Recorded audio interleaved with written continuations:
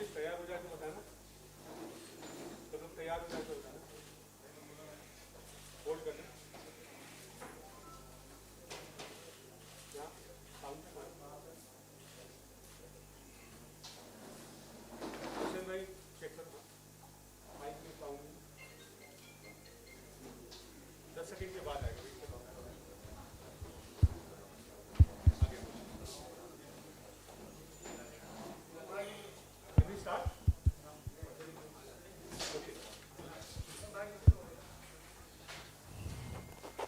तमाम मीडिया के मित्रों को नमस्कार।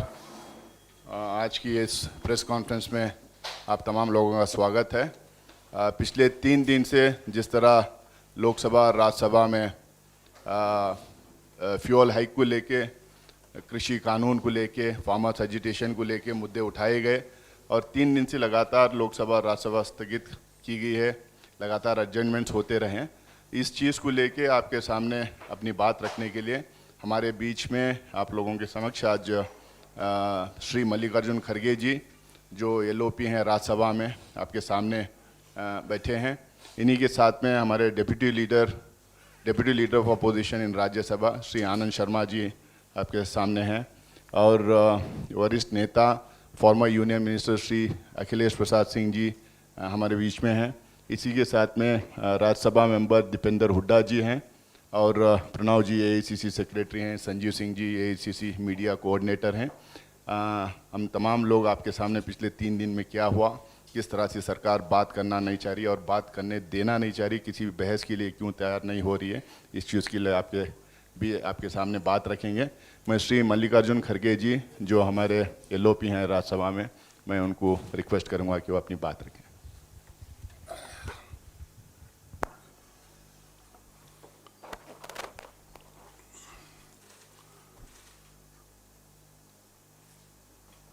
मंच पर बैठे हुए हमारे डिप्टी लीडर शर्मा जी और अखिलेश जी, दीपेंद्र हुड्डा जी और नासिर हुसैन साहब और आप सभी मित्रों को मेरा नमस्कार। अभी जो नासिर हुसैन जी ने कहा, सदन ने हम किस ढंग से 3 दिन से लगातार पेट्रोल, डीजल, एलपीजी, केरोसिन, जो भी पेट्रोलियम प्रोडक्ट्स है, उन वस्तुओं का जो कीमत दिन पे दिन बढ़ते जा रहा है और सरकार उन कीमतों को घटाने की कोई कोशिश नहीं की और एक्साइज ड्यूटी, इन चीज़ों पे उन्होंने ज़्यादा लगाते हुए सबसे महंगा, यानी भारत के इतिहास में इतना महंगा पेट्रोल कभी नहीं हुआ और डीजल वो भी नहीं था। लेकिन केरोसिन जैसा जो पीडीएस में गरीब लोगों को दिया जाता है, उसकी भी कीमतें आसमान पर चढ़ी है। तो इसीलिए हमारी लड़ाई पार्लियामेंट में थी, राज्यसभा में थी। हमने बहुत कोशिश की रूल 267 के तहत इस विषय को उठाकर सदन में डिटेल चर्चा करना चाहते थे, लेकिन सरकार इस विषय में इस पर चर्चा करने के लिए हमको मौका नहीं दिया। तो इन चीजों पर एक्साइज ड्यूटी बढ़ा के गवर्नमेंट इस 6-7 साल में 21 लाख करोड़ रुपए कमाया है। हम सरकार को यही पूछना चाहते थे कि उस 21 लाख करोड़ में कौन से कल्याणकारी योजनाएं, किन किन चीजों पे आप खर्च किए, किन योजनाओं पे आपने इस पैसे को लगाया। ये हमारा बहुत से ऐसे सवाल थे जो पूरे सवाल मैं यहाँ पर अब नहीं रखना चाहता हूँ, क्योंकि समय की कमी है और आप भी बहुत देर से यहाँ बैठे हैं। तो इस मुद्दे को लेकर जो जनता से पैसे वसूल किया गया और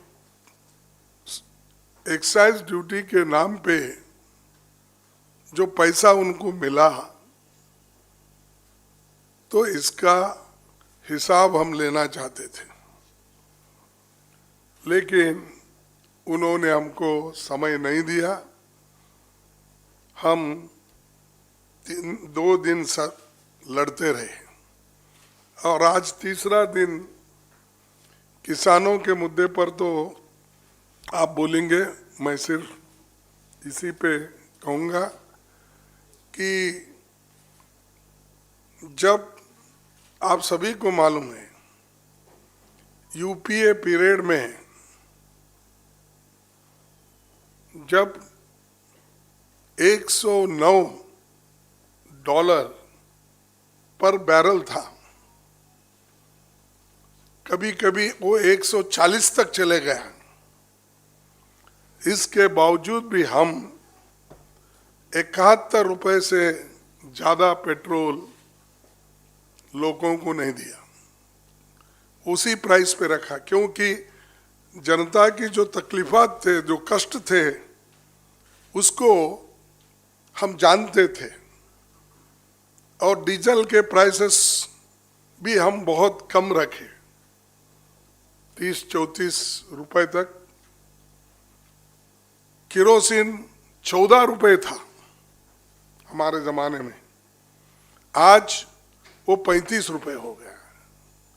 एलपीजी पहले तो चॉकलेट दिए जैसा सब मुफ्त में दे रहे, ऐसा उन्होंने स्कीम, उज्ज्वला स्कीम की घोषणा करके उसका प्रचार ऐसा किया कि मोदी साहब की एक स्टाइल है। जब एलपीजी का सिलेंडर देने का योजना बनी तो हर जगह सिलेंडर के साथ फोटो, पेट्रोल पंप पे फोटो, हर जगह पब्लिसिटी लेने के लिए ये काम करते हैं। इसका एक उदाहरण मैं दे रहा हूँ। आजकल कोविड का वो जो ये दे रहे हैं, क्या कोविड इंजेक्शन, वैक्सीन दे रहे, उसके ऊपर भी उनकी फोटो। तो यानी एक हद होती है किसी चीज का, कहाँ पर इस्तेमाल आप करें, कहाँ पर नहीं। ठीक है, आप पैसे देते हो, एडवर्टाइजमेंट आपका न्यूज़पेपर में आता, टीवी में आता, वो बात और है, लेकिन हर चीज पे एक व्यक्ति अपने प्रचार के लिए अगर ऐसा करते गए तो क्या देश में लोकतंत्र बचेगा? और लोकतंत्र के बचाने के लिए जब आपके नागरिक सुखी और संपन्न हो, उसी वक्त ये बचती है। संविधान की रक्षा एक तरफ तो हमको कहते हैं कि संविधान के तहत चलना चाहिए, संविधान के अनुसार हम काम करना चाहिए, लेकिन संविधान के धज्जे आज उड़ा रहे हैं। संविधान के तहत ही रूल हमने 267 में ये चर्चा के लिए लाए थे संविधान छोड़ के ही लाए थे, संविधान के अंदर ही वो रूल बनाते हैं, बिजनेस ट्रांजैक्शन रूल, उसी के मुताबिक हम उठा रहे थे, लेकिन उन्होंने उसके ऊपर उत्तर देने के लिए तैयार नहीं है।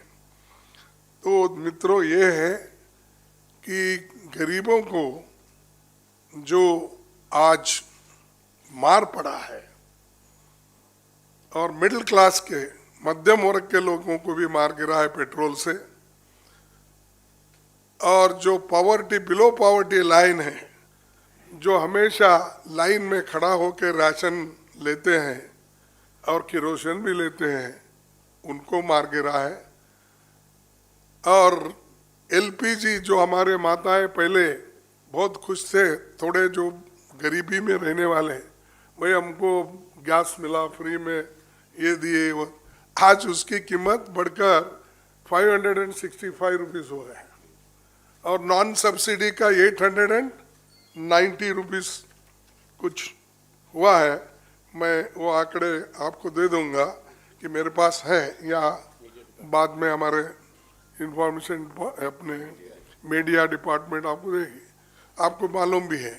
यानी हर चीज में है, एक तरफ तो महंगाई की मार, इसके अलावा और इसका इफेक्ट किसानों पे पड़ा, क्योंकि किसान डीजल यूज करता है, ट्रैक्टर में यूज करता है, टिलर में यूज करता है, क्रॉप्स हार्वेस्टिंग में यूज करता है, उसको भी मार, सभी को मार, और मार पर मार करके आज पहले ही कोविड, इसके परिस्थिति में हमारी आर्थिक स्थिति खत्म हो चुकी है और बर्बाद हो चुकी है।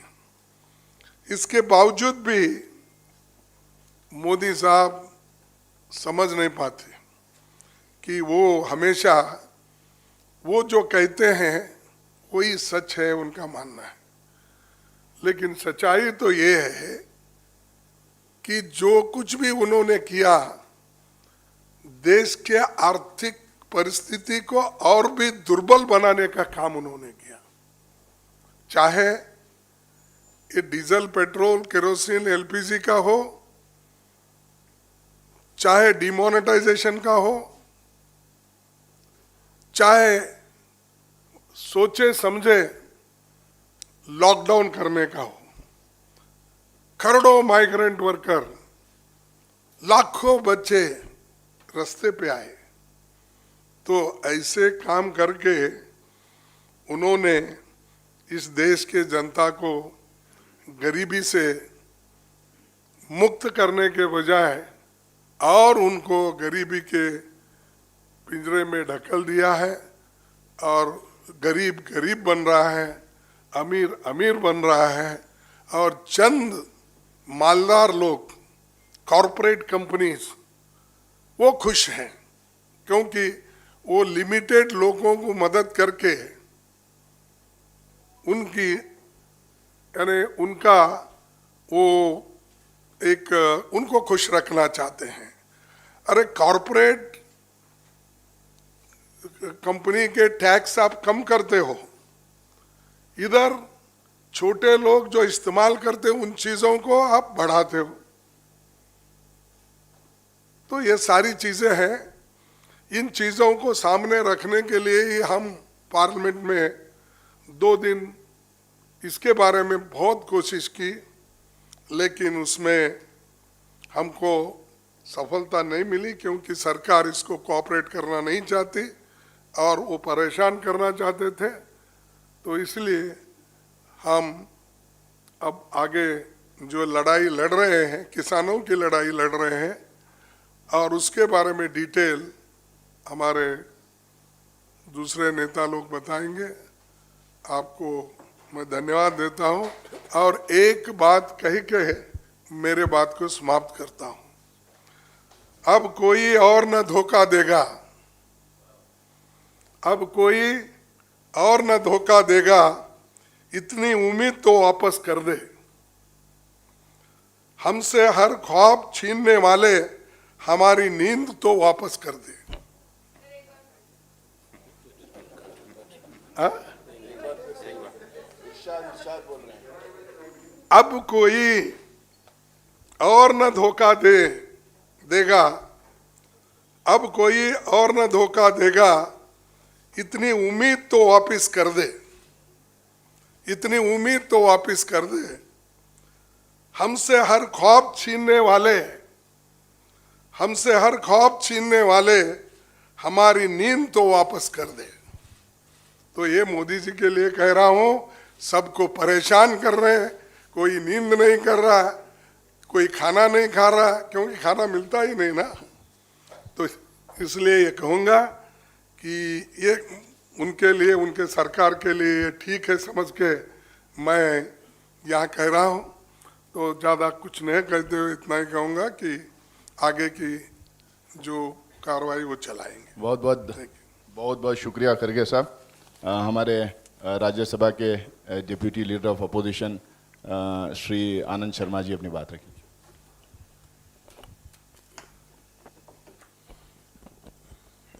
नमस्कार। खड़गे जी ने अभी क्या विषय उठाए हैं विपक्ष की तरफ से, उसका ब्यौरा दिया। संसद सबसे ऊंचा स्थल है, मंच है भारतीय प्रजातंत्र का, जहाँ केवल सत्ता पक्ष नहीं, सरकार की बात नहीं, पर जनता की आवाज़ रखना विपक्ष का, प्रतिपक्ष का अधिकार और कर्तव्य होता है। संसद नियमों पर चलती है और देश संविधान पर। नियमों के तहत जो चर्चा की मांग की गई, ज्वलंत समस्याएं जो जनता के सामने हैं, जिस तरह महंगाई की मार है, सरकार की मुनाफाखोरी है, पिछले 6.5 साल से 7वां साल ख़त्म होने वाला है, जहां छोड़ कर गए थे, इसका खड़गे जी ने बताया। 109-112 डॉलर अंतर्राष्ट्रीय बाज़ार में जब कीमत थी, मई 2014 में दिल्ली में 67 रुपये 1 लीटर पेट्रोल था और डीजल 58 रुपये था, आपको याद होगा। उसके बाद पिछले 6 साल में अंतर्राष्ट्रीय बाज़ार में कीमत टूटी है और लगभग औसतन एवरेज $40 के आसपास क्रूड पेट्रोलियम की कीमत रही। जब यूपीए की सरकार थी, $290 बिलियन क्रूड पेट्रोलियम का इंपोर्ट बिल था।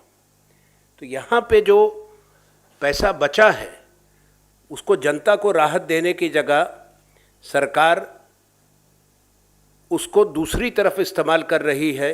निरंतर ड्यूटी बढ़ती जा रही है, टैक्स बढ़ता जा रहा है। So this government is guilty of monumental mismanagement of the Indian economy.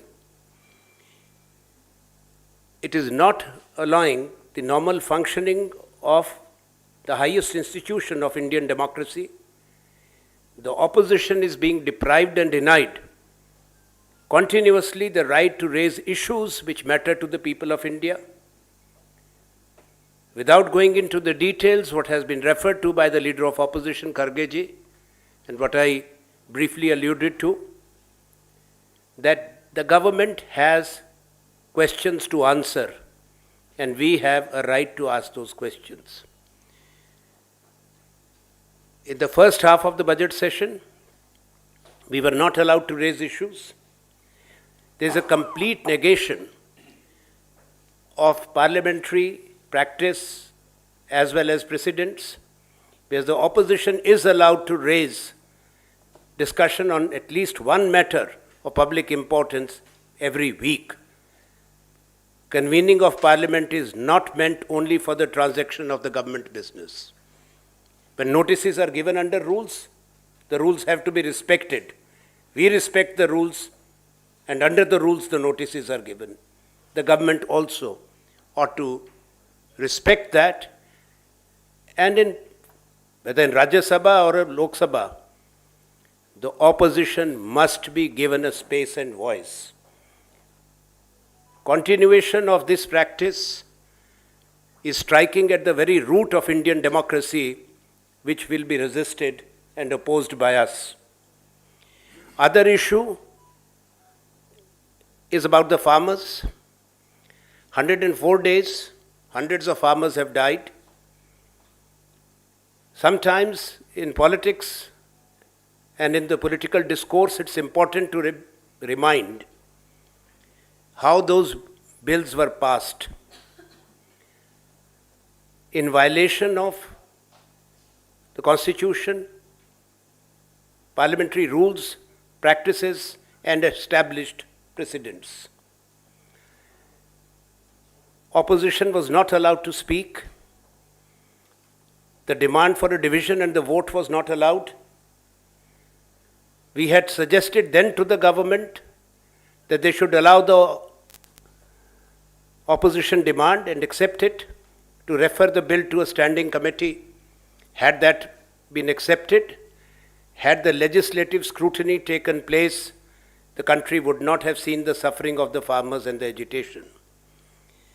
About the farmers' agitation, we have Shri Dipinder Hooda with us, who has been a 3-time Lok Sabha member and now Rajya Sabha from that state. Surely because it's the people of Punjab, Haryana and Western UP who for the last 104 days have been agitating and sitting here. They can explain better. We also have Akhilesh ji with us, who was a Minister of State in UPA 1 in agriculture.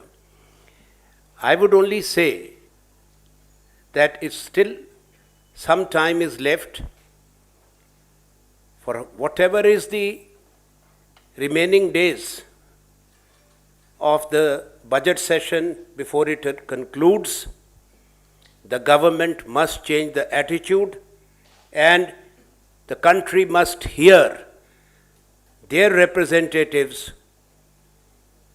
who are elected representatives, representing the opposition parties, to raise issues so that the people can be reassured that Indian democracy is functioning and the people's issues are being agitated in the right forum. Thank you. Thank you Anand Sharma जी।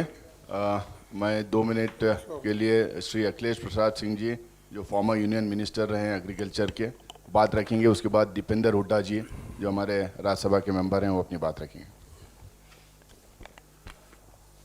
आदरणीय नेता प्रतिपक्ष और deputy leader आनंद शर्मा जी ने विस्तार से जो कुछ पिछले 3 दिन में राज्यसभा लोकसभा में हुआ है उसकी चर्चा की है। मैं केवल इतना ही ऐड करना चाहता हूं, मैं बिहार से आता हूं और मैं जहां से लोकसभा में काम करता था, चंपारण का इलाका, उस इलाके में जो बॉर्डरिंग डिस्ट्रिक्ट है नेपाल से सटा हुआ, नेपाल में कीमत अभी भी 25 से 30 रुपए प्रति लीटर भारत से कम है। मैं एक श्राद्ध क्रम में गया हुआ था और देखा कि बड़ी संख्या में नौजवान वहाँ से पेट्रोल और डीजल भर भर के इस तरफ ला रहे हैं। मैं जब उन लोगों से पूछा तो बोला कि काम करने को तो कुछ है नहीं सर बिहार में, तो इससे कम से कम 2-4 हज़ार रुपया बच जाता है, दिन भर हम लोग ये काम उधर से इधर ला के करते हैं। सरकार को जांच करनी चाहिए इस पे कि आज क्या स्थिति है। अगर अंतर्राष्ट्रीय प्राइस उस समय यूपीए के ज़माने में $109 प्रति बैरल था और आज 65 आ गया है नीचे, तो उसके बावजूद, और यही मोदी जी और बीजेपी के साथी लोग कहा करते थे कि 70 रुपये से ज़्यादा पेट्रोल कैसे बिक सकता है इस देश में, और वो आज 100 रुपये पहुँच गया। डीजल की कीमत 80 रुपये पहुँच गई। गरीबों के थाल से दाल और सब्जी गायब है। ये तो संवेदनहीनता का पराकाष्ठा है कि वेलफेयर स्टेट के परिकल्पना पर कोई संविधान और शासन चलाने वाला देश इस पर चर्चा कराने को तैयार नहीं। 3 दिन से लगातार आवाज़ उठ रही है प्रतिपक्ष की तरफ से, कांग्रेस पार्टी की तरफ से, लेकिन उसकी अनसुनी कर दी गई। और जहाँ तक किसानों के बिल का सवाल है, ज़्यादा दीपेंद्र हुड्डा जी हम लोगों के सहयोगी हैं, वो बताएंगे। उनका नाम लिख के एक किसान ने आत्महत्या किया है और 300 से ज़्यादा किसान आत्महत्या किया, फिर भी मोदी जी में संवेदना नहीं जगी। और केवल यही नहीं, पूरे देश में किसानों के समर्थन में किसान खड़े हैं। भले ही दिल्ली वो नहीं आ पा रहे हों, लेकिन जहां हैं, और जब तक ये तीनों काला कानून वापस नहीं होगा, किसान आंदोलन रुकने वाला नहीं है। और ये जो 5 राज्य में चुनाव हो रहा है, उसमें भी मोदी जी को निश्चित रूप से पता चलेगा कि उनका लोकप्रियता का ग्राफ, जिसका वो दावा करते हैं, वो कितना नीचे गया है। बहुत धन्यवाद। बहुत बहुत धन्यवाद अखिलेश प्रसाद जी। अभी दीपेंद्र हुड्डा जी जो हमारे राज्यसभा मेंबर हैं, वो अपनी बात रखेंगे।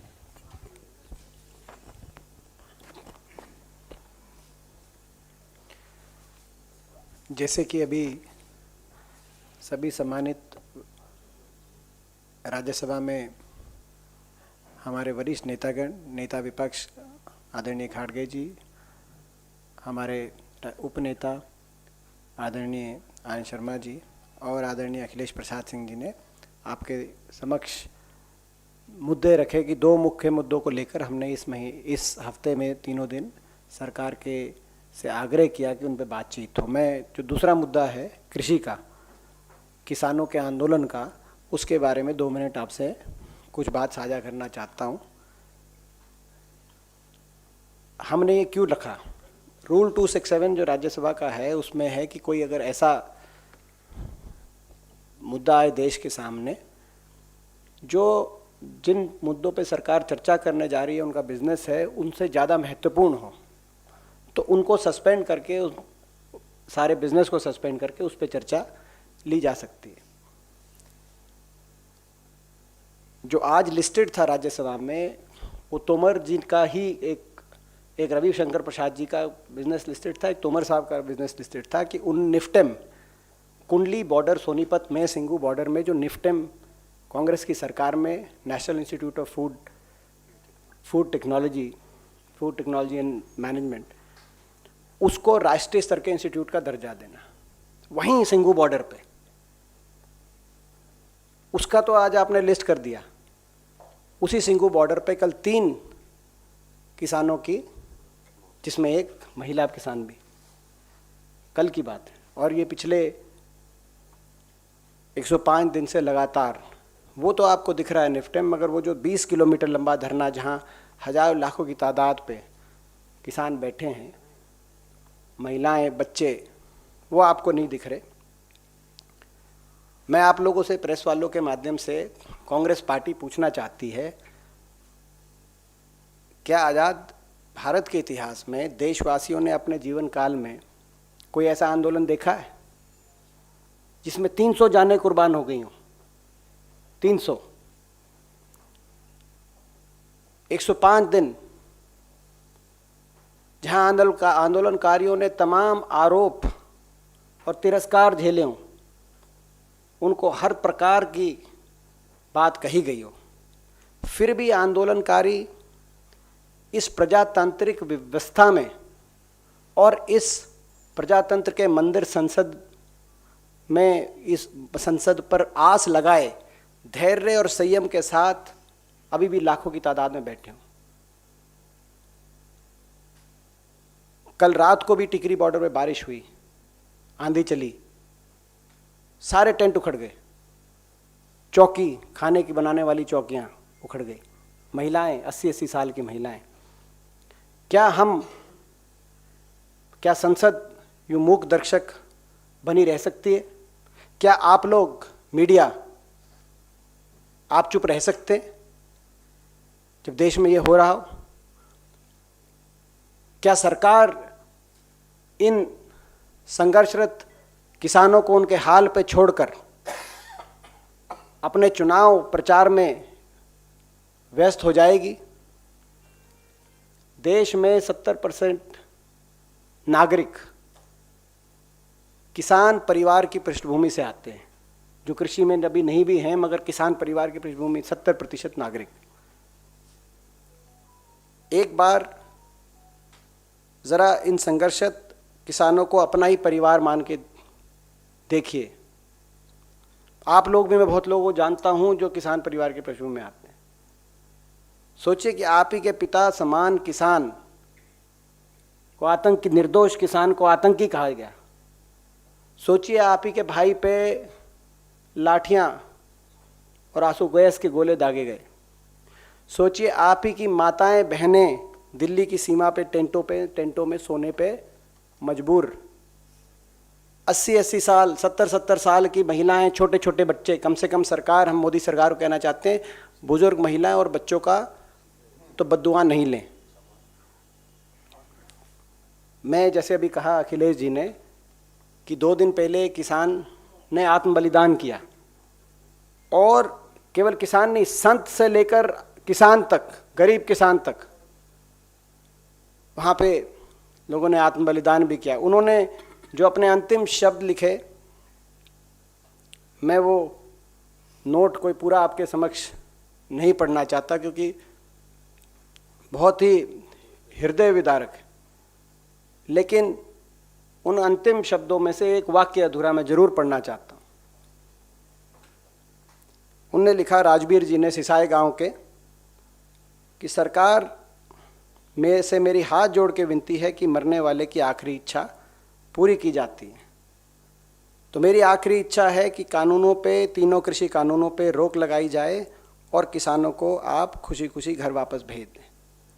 अभी भी आस है प्रजातांत्रिक व्यवस्था में, इस संसद पे और इस सरकार से। ये आखिरी शब्द लिखे थे। और यहाँ सरकार का क्या रवैया है? इन लोगों के प्रति सरकार ने संवेदना का एक शब्द या सहानुभूति का एक वाक्य इस संसद में सरकार के सबसे जूनियर मंत्री के मुख से भी देश ने सुना नहीं। मैं पूछना चाहता हूँ, ये 300 लोग क्या इस देश के नागरिक नहीं? जब देश के किसी कोने में या विदेश में भी कोई छोटी मोटी घटना हो जाती है तो प्रधानमंत्री जी से लेकर सारे मंत्रियों के ट्विटर से लेकर और बड़े बयान आते हैं सहानुभूति के, संवेदना के। हम भी उन शोक में शामिल होते हैं। ये 300 लोग कौन थे? आप इनके घर में जाके देखिए। कांग्रेस पार्टी आप लोगों से आग्रह करना चाहती है, क्या इनके प्रति सहानुभूति नहीं व्यक्त करनी चाहिए? अब मैं आज वाले मुद्दे पे आके अपनी बात समाप्त करता हूं। पहले सरकार ने इन आंदोलनकारियों को किसान मानने से इनकार किया, कहा कि ये आतंकवादी, अलगाववादी हैं। फिर इन किसानों को इंसान मानने से इनकार किया, सहानुभूति के 2 शब्द भी नहीं आए। इन किसानों को खारिज किया, इन किसानों की मांगों को खारिज किया, इन किसानों की कुर्बानियों को खारिज किया। जब हमने मांग करी कि इनके प्रति संवेदना व्यक्त की जाए तो हमारी उस मांग को खारिज किया।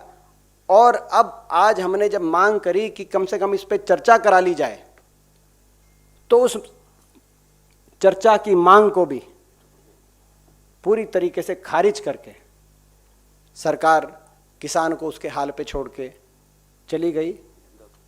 तो मैं कांग्रेस पार्टी की तरफ से आप लोगों से यह आग्रह करता हूं कि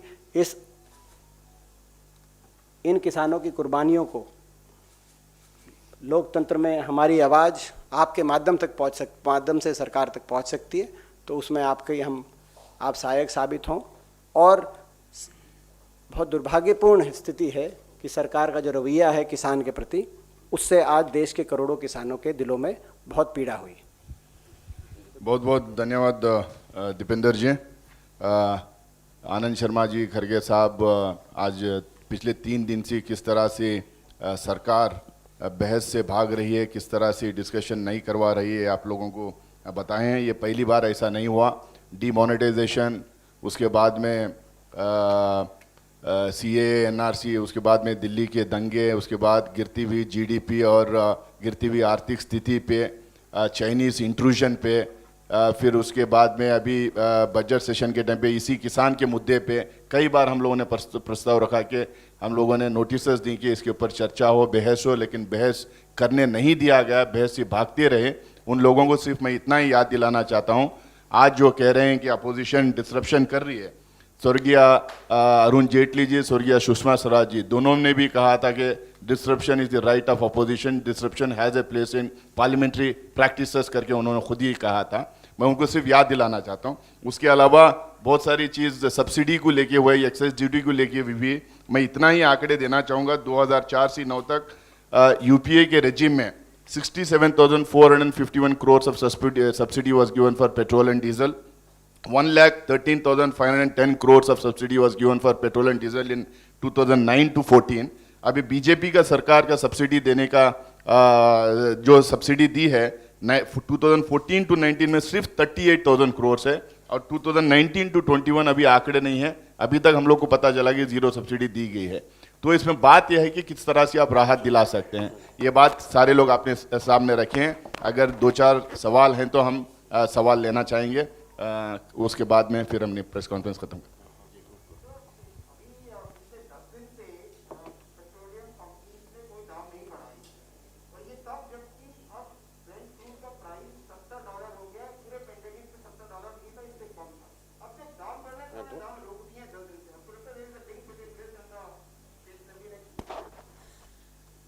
देखिए, आप बोलिए। है, ऑन है। चलो लाइट क्या जो आपने कहा ठीक है। पहले तो जैसा कहा था हमने कि पिछले 7 साल में औसत जो है एवरेज अंतर्राष्ट्रीय बाजार में $40 के आसपास रही है, और जो कीमत है, ड्यूटीज़ और टैक्सेस हैं, वो उससे भी ज़्यादा हैं कई गुना जो पहले इस देश में कभी लगे, जब 109, 112, $140 तक क्रूड का था।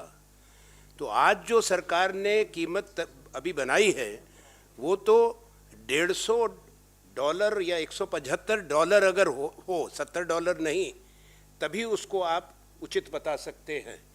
$70 अभी हुआ है। सरकार ने, जैसा खरगे जी ने आंकड़ा भी दिया, आपने भी बताया, लगातार मुनाफाखोरी कर रही है, और क्योंकि जनता में आक्रोश है तो ये कोई राहत नहीं दी है। जो इतनी कमी आई बाजार में, कीमतें टूटी दुनिया में, वो उपभोक्ता को, आप लोगों को, आम गृहिणियों को कोई राहत नहीं दी है। केवल वोट के लिए थोड़े दिन इस पे ब्रेक लगाया है, ताकि किसी तरह से लोग ये भूल जाएं कि कितनी तकलीफ़ दी है, और इलेक्शन के बाद पूरा भरपूर तरीके से दोबारा इस पे थोप दिया जाए। कोई संवेदनशील ये सरकार नहीं है किसी भी विषय पे, सिर्फ यही कहना है।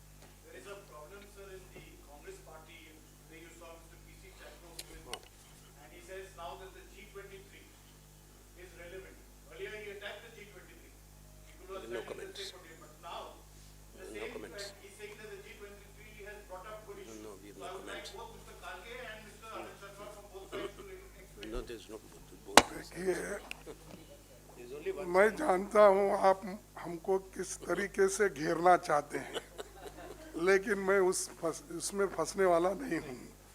ये मैं आया हूं फ्यूल इन्फ्लेशन का, कीमतें जो बढ़ रही है, आपको जो तकलीफ हो गई है, उस तकलीफ के बारे में समझाना और किसानों के बारे में समझाना इसलिए आए। इसीलिए वो नहीं, वो तो जवाब नहीं, जब वो देना का वक्त आएगा जरूर देंगे।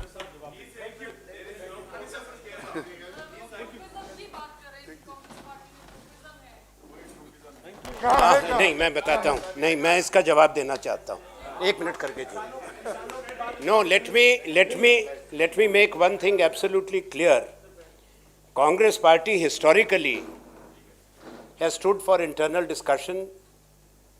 Issues are debated in the long history of the Indian National Congress. If those who are aware, during the freedom struggle, when Mahatma Gandhi was there, Pandit Jawaharlal Nehru was there, Sardar Vallabhbhai Patel, Subhash Bose, that tradition has continued in the Indian National Congress.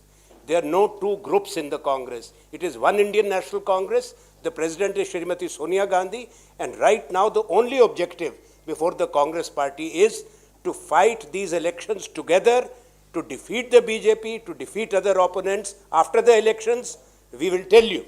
But let there be no wrong impression that the Congress party will not fight these battles together. Thank you. Thank you.